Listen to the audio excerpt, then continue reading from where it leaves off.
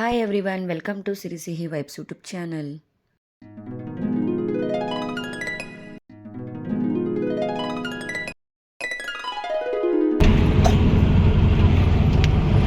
ಕಣ್ಮುಚ್ಚ ಮನೇಲಿ ಪಾಚಿ ಮಾಡಿಬಿಟ್ಟು ಕಣ್ಮುಚ್ಕೊಂಡು ಹೆಂಗೋ ಪಾಚಿ ಮಾಡ್ತಿದ್ದ.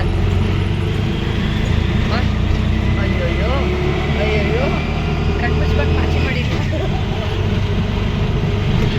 ಪಾಚಿ ಪಾಚಿ ಪಾಚಿ ಹಲ್ಲು ಕಾಣಿಸ್ತೈತೆ. ನಗು ನಗು ನಗು. ಇದು ಸಂಡೇ ಲಾಗ್. ಇವತ್ತು ನನ್ನ ಫ್ರೆಂಡ್ ಮಗು ಫಸ್ಟ್ ಇಯರ್ ಬರ್ಡೇ ಫಂಕ್ಷನ್ ಇತ್ತು, ಹಾಗಾಗಿ ಹೊರಟಿದ್ವಿ. ಆ್ಯಂಡ್ ಇವತ್ತೇ ಇನ್ನೊಂದು ಫಂಕ್ಷನ್ ಇರೋದ್ರಿಂದ ನನ್ನ ಹಸ್ಬೆಂಡು ಆ ಒಂದು ಫಂಕ್ಷನ್ಗೆ ಹೋಗಿದ್ದರು. ಹಾಗಾಗಿ ನಾನು ಮತ್ತು ಇಬ್ಬರು ಮಕ್ಕಳನ್ನ ಕರ್ಕೊಂಡು ಫಂಕ್ಷನ್ಗೆ ಹೋಗ್ತಾ ಇದ್ದೆ. ಎಲ್ಲ ಫಂಕ್ಷನು ಒಂದೇ ಡೇ ಇರೋದ್ರಿಂದ ಸ್ವಲ್ಪ ಕಷ್ಟ ಆಗುತ್ತೆ, ಬಿಕಾಸ್ ಎಲ್ಲ ಫಂಕ್ಷನ್ಸು ಅಟೆಂಡ್ ಮಾಡಬೇಕಾಗತ್ತೆ. ಬಿಕಾಸ್ ಅವರು ಕೂಡ ನಮ್ಮ ಎಲ್ಲ ಫಂಕ್ಷನ್ಸ್ಗಳಿಗೆ ಬಂದಿರ್ತಾರೆ. ಹಾಗಾಗಿ ನಮ್ಮ ವಿಸಿಟ್ ಕೂಡ ಅಷ್ಟೇ ಇಂಪಾರ್ಟೆಂಟ್ ಆಗಿರುತ್ತೆ. ಹಾಗಾಗಿ ಹಸ್ಬೆಂಡ್ ಕೂಡ ಆ ಒಂದು ಫಂಕ್ಷನ್ಗೆ ಹೋಗಿದ್ದರು. ಹಾಗಾಗಿ ನಾನು ಒಬ್ಬಳೇ ಹೋಗಬೇಕಾಗಿತ್ತು. ಆ್ಯಂಡ್ ಒಬ್ಬಳೇ ಇಬ್ಬರು ಕಿಡ್ಸ್ನ ಮ್ಯಾನೇಜ್ ಮಾಡೋದು ಸ್ವಲ್ಪ ಕಷ್ಟನೇ ಅನ್ನಿಸ್ತು. ಆ್ಯಂಡ್ ಫೈನಲಿ ನಾನು ಒಂದು ಬರ್ಡೇ ಇರೋಂಥ ಫಂಕ್ಷನ್ ಹಾಲ್ಗೆ ರೀಚ್ ಆದೆ. ಫಂಕ್ಷನ್ ಇದ್ದಿದ್ದು ಲಗ್ಗೆರೆನಲ್ಲಿ. ಆ್ಯಂಡ್ ನಮ್ಮ ಮನೆಗೂ ಹಾಗೆ ಲಗ್ಗೆರೆಗೂ ಸ್ವಲ್ಪ ಹತ್ರನೇ ಅನ್ನಿಸ್ತು. ಹಾಗಾಗಿ ಬೇಗನೆ ರೀಚ್ ಆದೆ. ಆ್ಯಂಡ್ ಅಲ್ಲಿ ನಮ್ಮ ಅಣ್ಣ ಮತ್ತು ಅಣ್ಣನ ವೈಫ್ ಕೂಡ ಬಂದಿದ್ದರು. ನಾನು ಸಿಹಿನ ಎಂಗೇಜ್ ಮಾಡಿದ್ರೆ ಅಟ್ಲೀಸ್ಟ್ ಸಿರಿನ ನನ್ನ ಅಣ್ಣನ ವೈಫ್ ಎಂಗೇಜ್ ಮಾಡ್ತಾರೆ. ಆ್ಯಂಡ್ ಸಿರಿ ನನ್ನ ಅಣ್ಣನ ವೈಫ್ ಜೊತೆ ತುಂಬಾ ಕ್ಲೋಸ್ ಆಗಿದ್ದಾಳೆ. ಹಾಗಾಗಿ ಅವಳು ಅವ್ರ ಜೊತೆ ಇದ್ದರೆ ವೆರಿ ಕಂಫರ್ಟಬಲ್ ಫೀಲ್ ಮಾಡ್ತಾಳೆ. ಆ್ಯಂಡ್ ಅದಕ್ಕೆ ಅವರು ಕೂಡ ಬಂದಿದ್ದರು.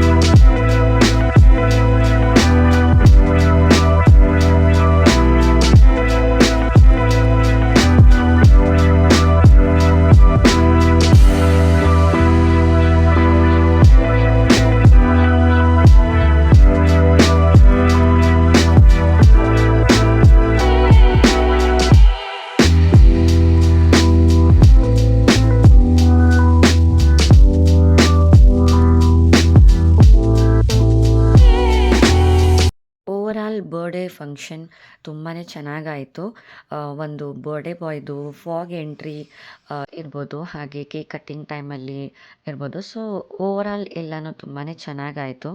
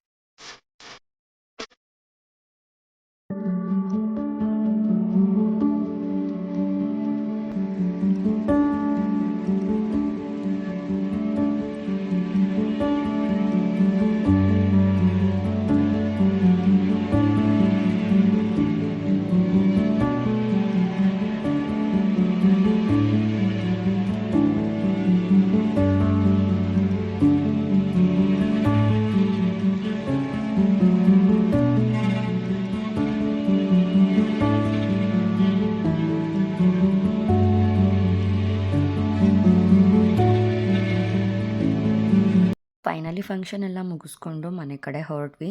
ಬಟ್ ಫಂಕ್ಷನಲ್ಲಿ ಮಕ್ಕಳಿಗೆ ಊಟ ಸರಿಯಾಗಿ ಮಾಡಿಸೋದಕ್ಕಾಗಿರಲಿಲ್ಲ. ಹಾಗಾಗಿ ಫಸ್ಟು ಮನೆಗೆ ಬಂದಿದ್ದ ತಕ್ಷಣವೇ ಮಕ್ಕಳಿಗೆ ಅಡುಗೆ ರೆಡಿ ಮಾಡಬೇಕಾಗಿತ್ತು. ಹಾಗಾಗಿ ಇವತ್ತು ಚಿಕನ್ ರೈಸ್ ಮಾಡ್ತಾಯಿದ್ದೆ.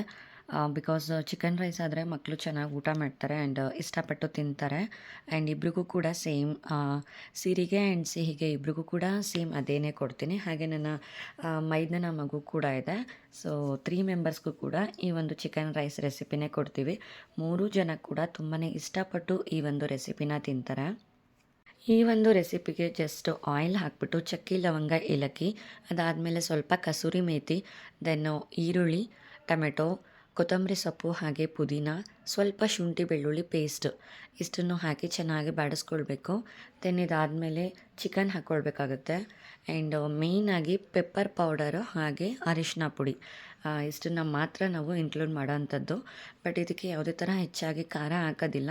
ನಾವು ಮಕ್ಕಳಿಗೆ ವೆಜಿಟೇಬಲ್ಸ್ ಹಾಕಿ ಮಾಡಿಕೊಟ್ಟಾಗ ಕೊಡೋಂಥ ರೈಸ್ಗೂ ಹಾಗೆ ಈ ಒಂದು ಚಿಕನ್ ಹಾಕಿ ಮಾಡಿಕೊಟ್ಟಾಗ ಇರೋಂತಹ ರೈಸ್ಗೂ ತುಂಬಾ ಡಿಫ್ರೆನ್ಸ್ ಇದೆ. ಅಂದರೆ ಮಕ್ಕಳು ತುಂಬಾ ಇಷ್ಟಪಟ್ಟು ತಿಂತಾರೆ. ಹಾಗಾಗಿ ಆಲ್ಮೋಸ್ಟ್ ವೀಕ್ಲಿ 3 ಟೈಮ್ಸ್ ಆದರೂ ನಾವು ಈ ಒಂದು ರೈಸ್ನ ಮಕ್ಕಳಿಗೆ ಮಾಡಿಕೊಡ್ತೀವಿ.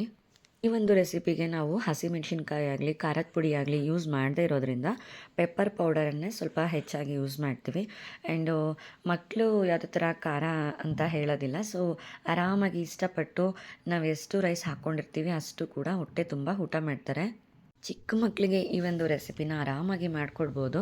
ಆ್ಯಂಡು ಹಾಗೆ ಒಂದು ಸತಿ ಈ ಒಂದು ರೆಸಿಪಿನ ಜಸ್ಟ್ ನನ್ನ ಹಸ್ಬೆಂಡ್ಗೆ 1 ಬೈಟ್ ಟೇಸ್ಟ್ ಮಾಡಿಸಿದ್ದೆ. ಸೊ ಅವರು ವಾವ್ ತುಂಬಾ ಚೆನ್ನಾಗಿದೆ, ನನಗೂ ಕೂಡ ಇದೇ ಥರ ಮಾಡಿಕೊಡಿ ಅಂತ ಕೇಳ್ತಾಯಿದ್ರು. ಸೊ ಆ ಥರ ಒಂಥರ ಮೈಲ್ಡಾಗಿ ತುಂಬಾ ಬಿರಿಯಾನಿ ಫ್ಲೇವರೇ ಇರುತ್ತೆ, ಬಿರಿಯಾನಿ ಥರನೇ ಇರುತ್ತೆ. ಬಟ್ ಏನು ಅಂದರೆ ಖಾರ ಒಂದು ಇರೋದಿಲ್ಲ ಅಷ್ಟೇ. ಹಾಗಾಗಿ ಮಕ್ಕಳು ಇಷ್ಟಪಟ್ಟು ತಿಂತಾರೆ.